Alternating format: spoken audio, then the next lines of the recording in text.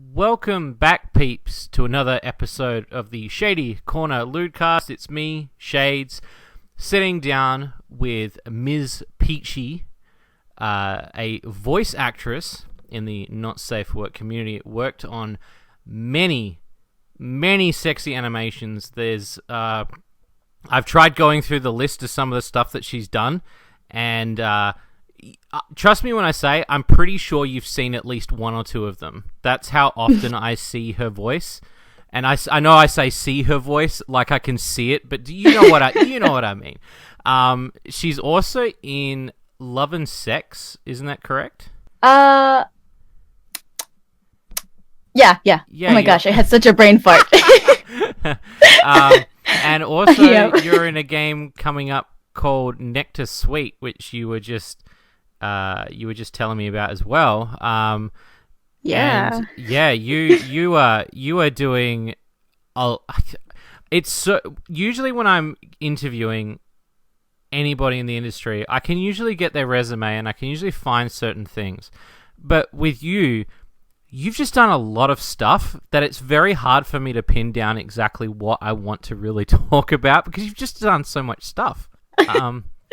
So I just want to take this moment for you to sort of tell everybody, you know, who is Mizz Peachy and what notable things will people remember you from? Okay. Notable things. Let's see. I think the most notable thing, in my opinion, will be like that my range in voices for like some cute characters, and that it's because I'm Mexican, so people assume either I'm Russian or I don't know. Mostly it's the Russian one, but I think like I haven't seen a ton of Mexican voice actresses yet, but I guess I haven't looked so hard enough. But like I just think like maybe because my accent and how good I sound for English is just like up there. So I was just like, oh, okay. I think I have a good job. Well, okay, this is actually a really good side question then, because the one person I really like to that has a different accent is Midnight Totoro, because she's French. So her accent. Oh my gosh. Look, I'll tell you what, I'm pretty business when it comes to talking to people in the voice acting industry, but I talked with her for 5 minutes, and I was like, you're going to have to, like, leave me for a couple of weeks, because my temperatures hit the roof. French kills me. Her voice is heaven. Oh my god. Yeah. She could literally read a manual for, like, how to operate, like, heavy machinery in French, and I would love that. Yes. Well, the question I wanted to ask you is, have you ever had any roles that are specifically for a Mexican role? Yeah, actually, I got one recently where there's actually they got me to say some Spanish words, and I was like, oh my gosh, yes. And she's like she's kind of like strong, and she's just like almost like, what do you want from me and all that type of vibe, just like leave me and all that. And I'm just like, yeah, I feel her, go girl.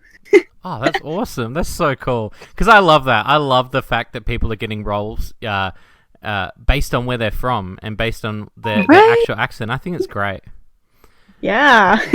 So, with that little sidetrack out the way, what I want to ask you, what got you into voice acting? Okay. So this one, it is... Okay, so how it started was like, I was pulled in by a friend. At the time, you may know her as Miss Moonified. She is the number one criminal for everybody getting into the industry. Yeah. Oh god, I remember how it first started.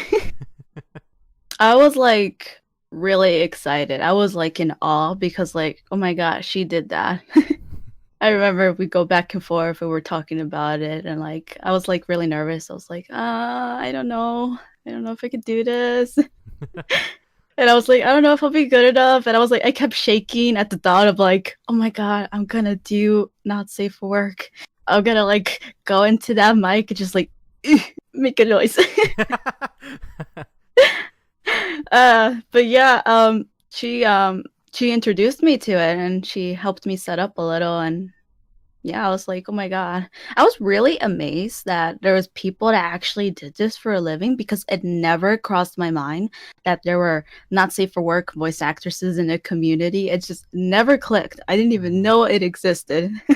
A lot of people say the same thing. They don't realize that there's this sort of hidden employment of people doing this as a full-time job, and it's crazy to think about that.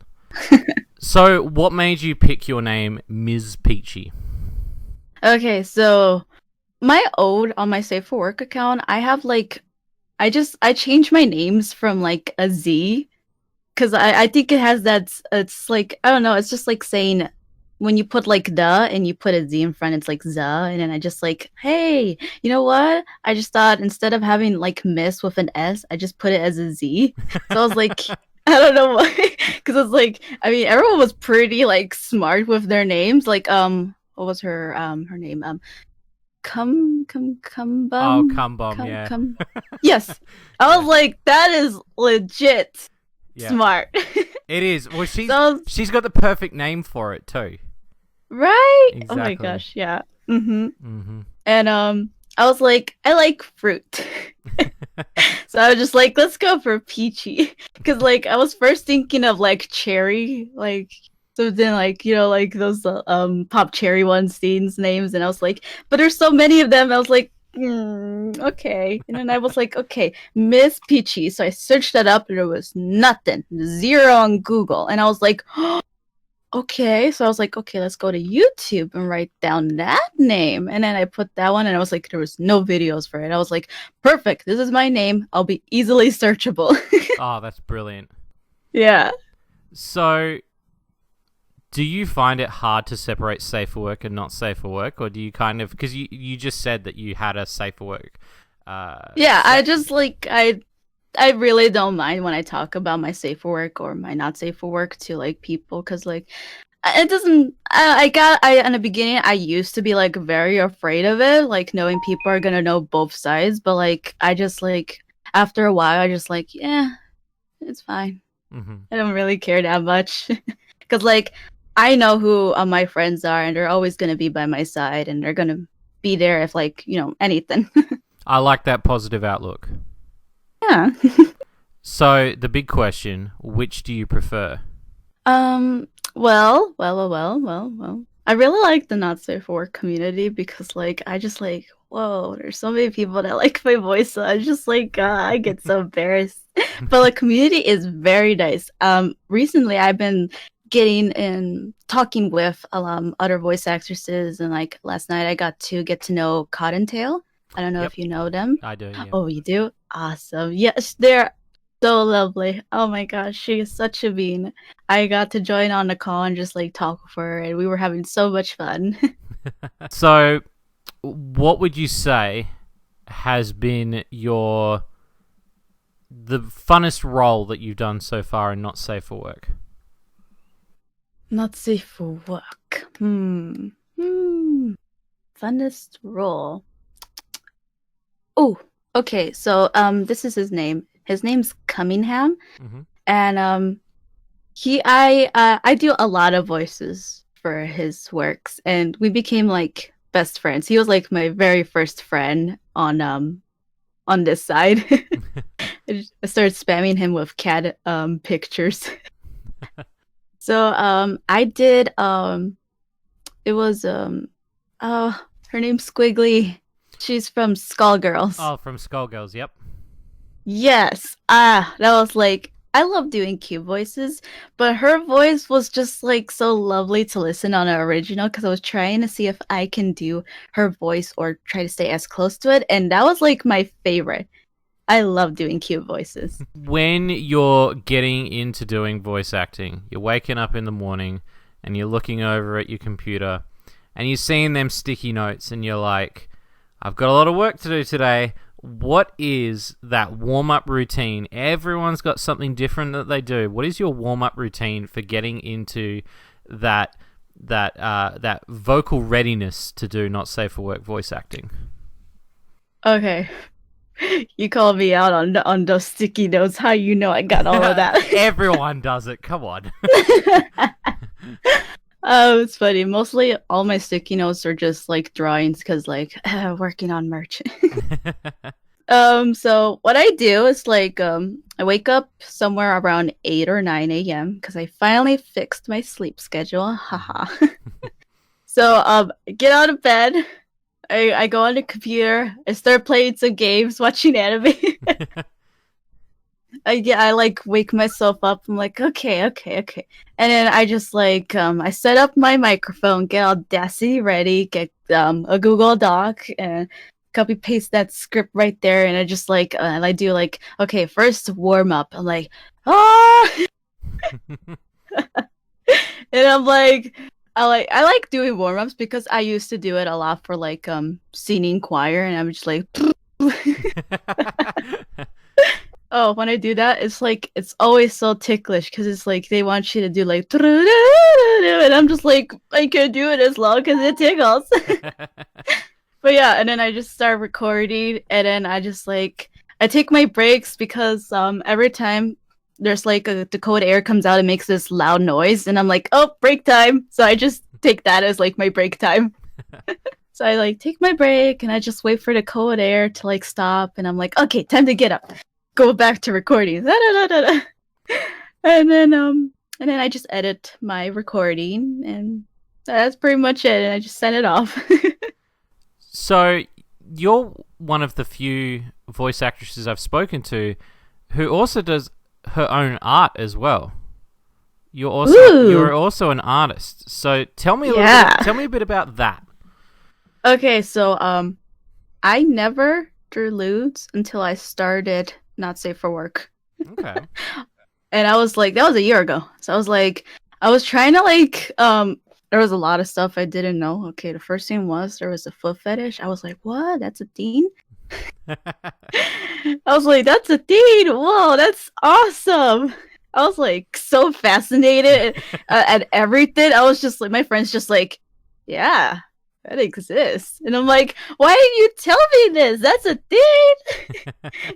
And then I was like, throughout the couple of months, I was just like learning all of these stuff. And I was like, oh my gosh. I was a little nervous, embarrassed, and all that stuff, like knowing all that. But I was just like, okay, if I want to draw art of any of this, I gotta start researching. So I spent a while just looking at artists on a Not Safe for Work site, and just like I was like, oh my god, their anatomy is so good, and I'm just like, it's so good. Their coloring too. So then yeah, I started practicing. I even did some private ones for my friends as a practice too, because like we got really close. Like I was telling him like, hey, I'm gonna do a Not Safe for Work art, and they were like, okay, there's one thing I want you to do for me. And I was like, oh, okay, what is it? And they were like, can you draw this for me? And I was like, what is it? And I just wait for the image to pop up, and I was like, oh, that's a thing? And I was like, yeah, I'll totally do it. So yeah, since then, they were my first client to like do Not Safe for Work art, and after that, I started doing it for my own. Wow. And okay, this probably is a tough question to answer. Which would you prefer out of voice acting or drawing? Oh god, this is a toughie because I like both of them. Oh, that's understandable. I don't expect you to pick. I mean, it's just nice to see that you have many talents, and it's really cool to see that your art and your voice work have just sort of mixed together. It's really cool. Like think like, whoa, that's like connect the dots. I'm trying to like change it up where like I start doing some comic like videos so I can have voice acting on there and some sound effects too, just to make it more alive. Okay. And I do plan to like do that for some voice actresses that are willing to collab with me on some mini comics. So when you are not doing voice acting, when you switch off the microphone, you turn off the monitor because you don't want to look at all them sticky notes, and you're like, finally, I get to be reel me for a second. What do you do in your spare time that isn't voice acting or drawing? What do you do? What is your hobbies? Oh, you took out my art. How could you? Well, you can say art as well. I don't mind. I mean, I'm mostly spending all the time on art because, like, I just love drawing so much too. Though when I'm not drawing, I watch just anime. I'm a total weeb for the whole cliche of like, boy likes a girl, doesn't realize he's like in love with the other version of her, but like it's still her. And I'm just like, I get so emotional on that. When I'm not watching anime, I end up playing games with some friends and my boyfriend. We just go and play Call of Duty, Killing Floor 2, and some other zombie games that he's gotten for me because I hate zombies, but like pulled me into it, and I'm just like, fine. Like I have a fear of zombies, and he buys me zombie games. No. Maybe he's trying to help you. He's trying to help you out. He helped me out, all right. Showing my worst fear and making me play it. All right, this is the big one. This is the big question. I keep saying that all these questions are big, but this is the big one. Okay. Got it. Okay. What is one role that you would absolutely kill someone for? Oh my god. Oh my god. Oh my god. What would it be? Okay, if there was like a really like main character in an anime and she's all cute and but she's a villain, I would 100% try to like give me that. I love villain. I love villain stuff. Here's a controversial question for you. Who are your inspirations? Okay, so at the moment at the moment I don't have someone who inspires me. I won't say me, not yet. But there is a voice actress that I just like. She's been a part of my childhood. So like, oh my god, what's her name? Oh my god, what was her name? Tara Strong. There we go. Yep. Tara Strong has been one of like the most amazing voice actresses ever. The range in her voice is like, so good. I watched the Fairy Godparents. She was Timmy Turner. She was Bubbles from Powerpuff Girls. I'm like, her voice is high. Yeah, she's all over the place with it. That's for sure. Yeah, and then Twilight Sparkle. Oh my god, but my top favorite from her, Raven from Teen Titans. Raven. Perfect. It's waifu material. So what is some advice that you would want to give somebody that wanted to get into voice acting? Oh my god. I wasn't prepared for this one. Okay, so how I started off was like my most important one was like a name. An easy searchable name. I feel like that's like the most important thing because like it has to be easily searchable and it has to be a name people will remember. And I thought mine was like pretty something people will remember because it's a fruit. So I was like, and then I was like, okay, time to pick a character that represents me but has a good color palette, and it's gonna be like, ooh, something people are like, yeah, I love the colors. After that, you gotta go on searching for like places where you're gonna post, have all that ready. I got my account for Twitter first, then I went on the casting call, Newgrounds, and let's see.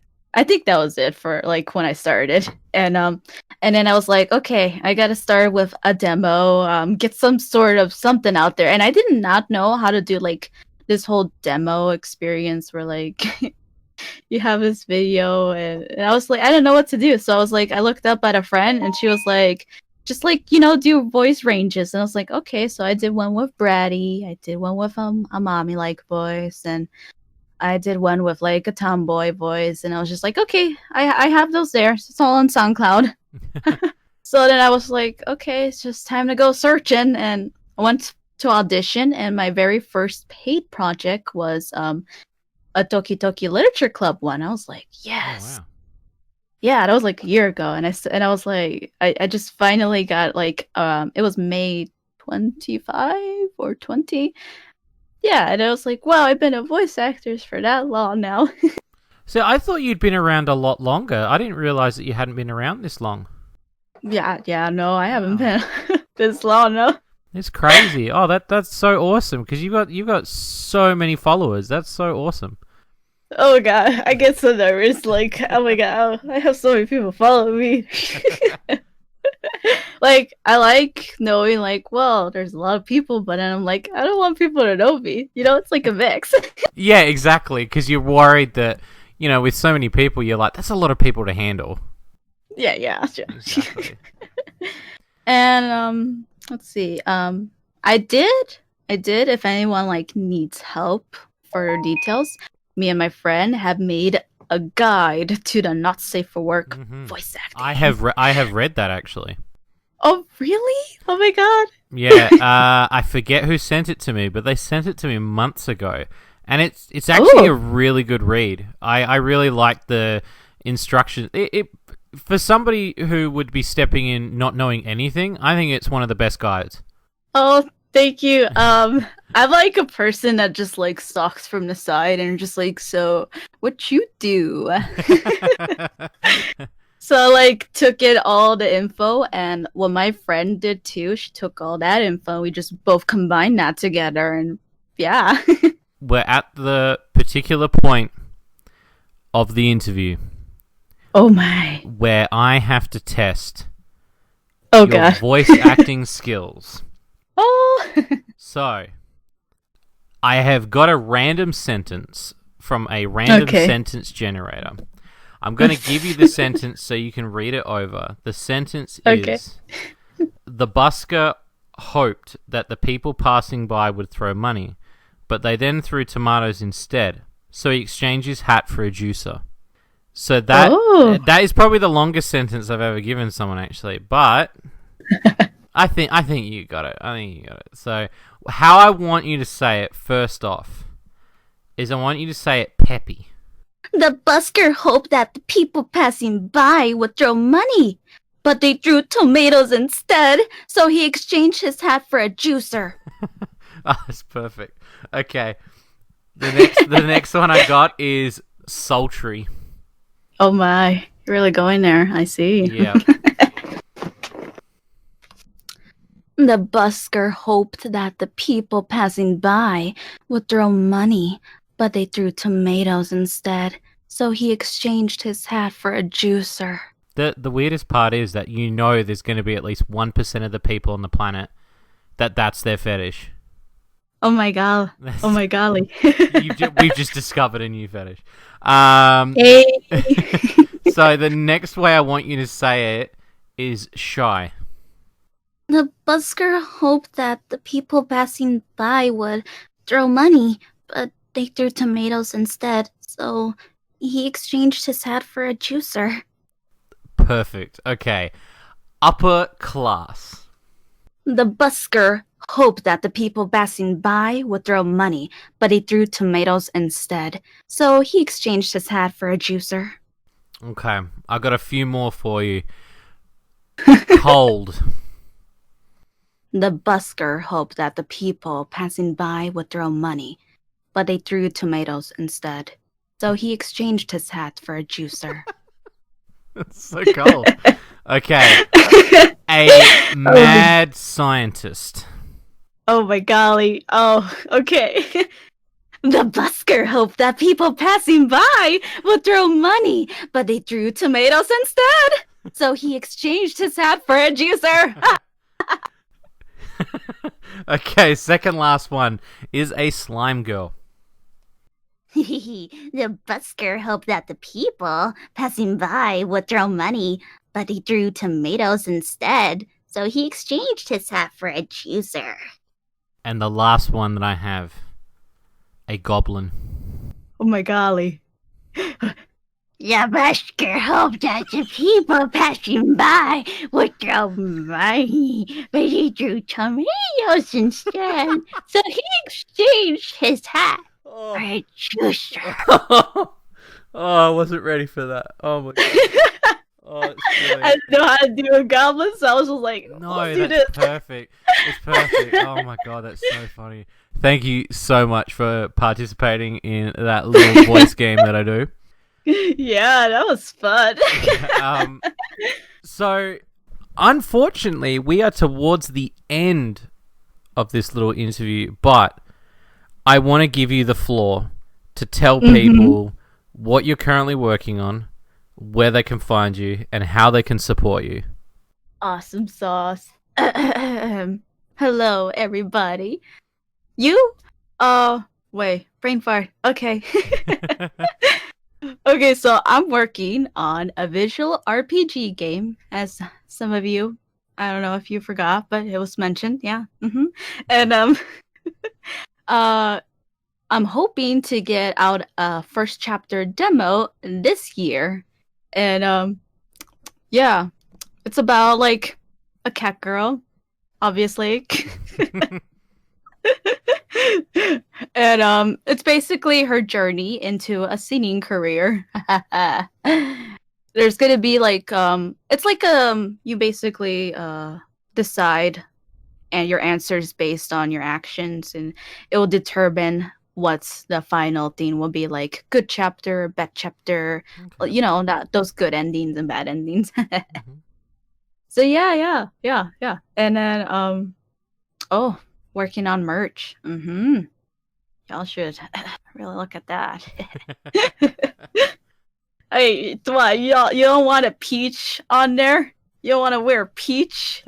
Juicy? Have it mouth watery right on that shirt? You can follow. I'm pretty searchable on Google, so like just write Mizz Peachy and you'll find all my links. I'm mostly on Twitter. I post a lot of memes sometimes. I mean, that's a selling. And I talk a lot. Point, right? That's a selling point. Memes, yeah. So. I'm being Marty. Can I have the crown, please?